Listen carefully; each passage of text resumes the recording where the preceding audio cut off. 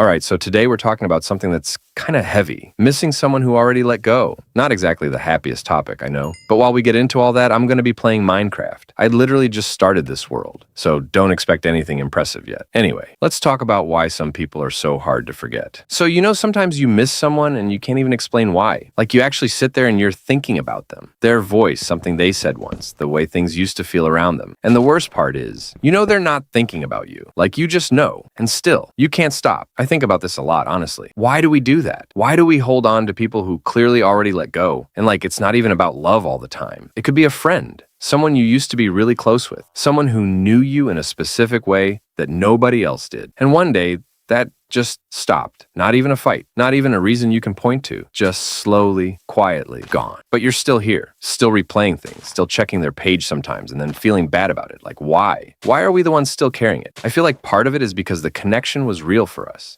Like genuinely real. And when something is real for you, your brain doesn't just switch that off. It doesn't care that the other person moved on. It doesn't care that you're the only one still holding this thing. It just keeps going, keeps feeling, keeps missing, even when missing them doesn't make any sense anymore. And I think what makes it hurt even more is you're not even sure if you miss them exactly, or if you miss who you were when you were around them. Because sometimes a person becomes like a part of a version of yourself, like a chapter. And when they leave, that version of you kind of leaves too. And then you're standing there, grieving two things at once without even realizing it. The person and the you that existed with them. That's a weird feeling. It's heavy in a quiet way. And you know what else is strange? Sometimes the people we miss the most, we wouldn't even go back to them if we could. Like you could have them back and you'd probably say no, because it wasn't working.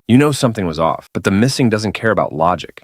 Missing doesn't sit down and reason with you. It just shows up, usually at night, usually when things are quiet and there's nothing to distract you from it. And I think we've been taught that missing someone means you need to do something about it. Reach out, fix it, get closure. But sometimes there is no closure. Sometimes the chapter just ended and nobody wrote you a note explaining why. And you have to figure out how to be okay with that, which honestly takes way longer than anyone talks about. Because here's the thing, when someone doesn't miss you back, it's not just that you're losing them, it's that you start questioning yourself a little. Like, was any of it real? Did I imagine how close we were? Did I mean as much as I thought I did? And that part is the part that actually gets to you. Not just the absence of them, but the doubt that comes with it. Like you replay things and you start looking for the moment it changed, the moment they pulled back. And sometimes you find it and sometimes you don't. Sometimes there was no single moment. They just slowly became less present and you didn't catch it until it was already done. And by then, it feels too late to say anything. And the other person probably doesn't even know you're doing all of this. They've moved on. They're living their life. They're not lying awake thinking about the last conversation you had. And you're here, building entire scenarios in your head, wondering what you could have done differently, wondering if there was a version of this that ended better. That's such a lonely place to be, missing someone who isn't missing you back, because you're in it completely alone. I think the reason it hits so hard is because we're not really built to process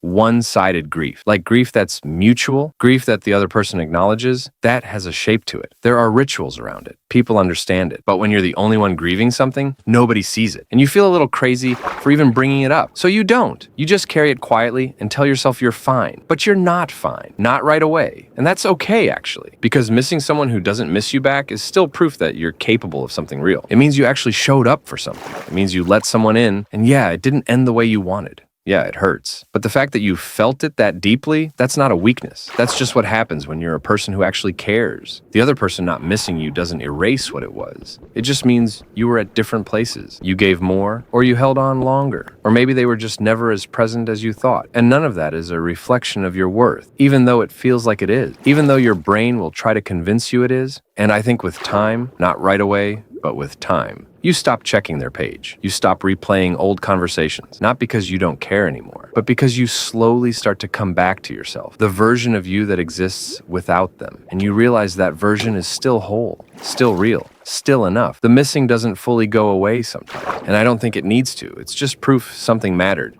But you learn to set it down. You learn to stop letting it take up space that belongs to you. And honestly, the person who will one day miss you the way you missed them, they exist. Someone who won't make you feel like a question mark. Someone where it goes both ways and you don't have to wonder. That's the thing worth holding on to, not the people who are already gone. So that's all for today. If you enjoyed it, please leave a like.